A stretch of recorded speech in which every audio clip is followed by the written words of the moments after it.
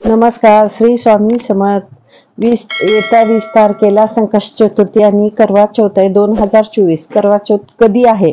20 की 21 ऑक्टोबर. जाणून घेऊया व उपासाचे महत्व व नियम. चला तर बघूया.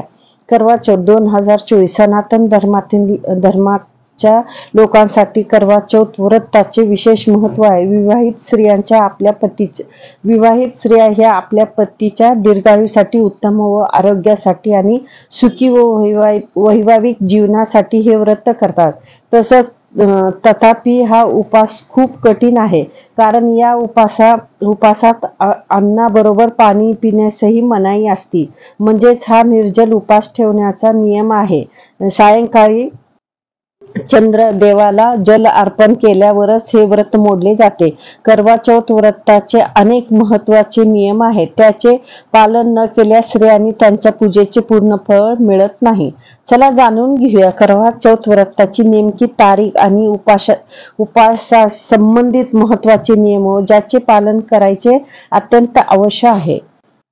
करवा चौथ उपास केव्हा आहे? पंचांगानुसार यावर्षी आश्विन महिन्याच्या कृष्ण पक्षातील चतुर्थी तिथी 20 ऑक्टोबर रोजी सकाळी 6:46 वाजता सुरू होत आहे, जी की 21 ऑक्टोबर रोजी पहाटे 4:16 मिनिटाला समाप्त होत आहे. अशात उदय तिथी आधारे 20 ऑक्टोबर 2024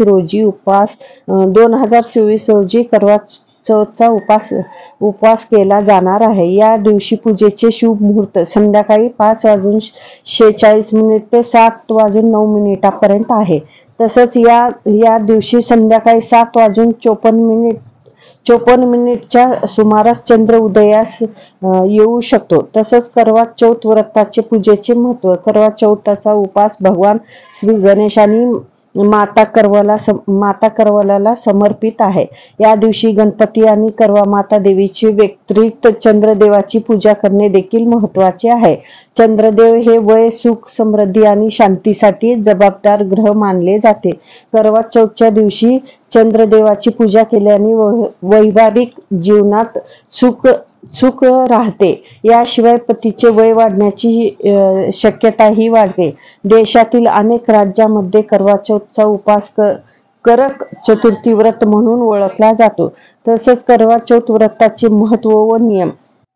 करवा चौथ उपास सूर्योदयापूर्वी सुरू होतो आणि चंद्र उगवल्यानंतर समाप्त होतो. चंद्रदेवाचे दर्शन घेऊनच व्रत मोडावे. व्रताच्या दिवशी संध्याकाळी चंद्रोदय होण्यापूर्वी भगवान शिव व माता पार्वती आणि गणेशजी, नंदी महाराज आणि कार्तिकेयजी म्हणजे शिव परिवाराची पूजा केली जाते. तसंच वास्तुशास्त्रानुसार संध्याकाळी शिव पार्वतीची पूजा करताना स्त्रियाचे तोंड हे पूर्वेकडे असायला पाहिजे. या दिवशी पूर्वेकडे असायला पाहिजे. तसंच दिशेला तोंड करूनच पूजा करायला पाहिजे, शुभ मानले जाते. करवा चौथ पूजेला काय काय आपल्याला वस्तू लागते ते पण बघूयात. म्हणजे काय सामान लागणार आहे. करवा चौथ साठी पूजा करण्यासाठी सुहासनी बायकांना मातीचे एक असे आपले मटके भेटतात ना ते, किंवा तुम्ही तांब्याचं जरी घेतलं तर लोटके घ्यायचं व त्यावरती झाकण ठेवायचे व तसंच पाण्याचे कलश, गंगाजल, वाती, अगरबत्ती, चंदन, कुंकू, नाडा, फळ, फूल, दूध, दही, तसेच गायचे शुद्ध तूप, मध, साखर, हळद, मेहंदी, महावर म्हणजे पायाला लावण्यासाठी महावर आणि सिंदूर हे सगळे सुहासनी स्त्रियांचे वस्तू. तसेच चंद्रदर्शनासाठी चाळणी हे सगळे वस्तू आवश्यक असते. तसेच सूर्योदयाच्या अगोदर उठून पूजा करून स्वच्छ करून तसेच त्यात सासू म्हणजे तसं सूर्योदयाच्या आधी उठून स्वच्छ होऊन कपडे स्वच्छ परिधान करून सासूंच्या हाताने दिलेली वस्तू घ्यावे. म्हणजे कसं जर तुमच्या घरात मोठे सासूबाई असले की तुम्हाला सुहासनीचे हे सगळं आपल्याला पूजेसाठी देतात. हे वस्तू घेऊन तसेच संकल्प घ्यायचे व उपास धरावा. आंघोळ करून अगोदर ते सुहासनीयांचं सगळं त्यांच्या हाताने घेऊन सासूंच्या तुमच्या आणि उपास धरावा व तसंच संकल्प करावा. तसेच पूर्ण शृंगार करावं. पूजेच्या ठिकाणी आपल्याला काय करायचं, पूर्ण शृंगार करून पूजेच्या ठिकाणी कलश स्थापना करावं. तसेच काव व तांदूळाचे पीठ किंवा हळद व तांदूळाच्या पिठाचे मिक्स करून करवा चौथचे चित्र काढा.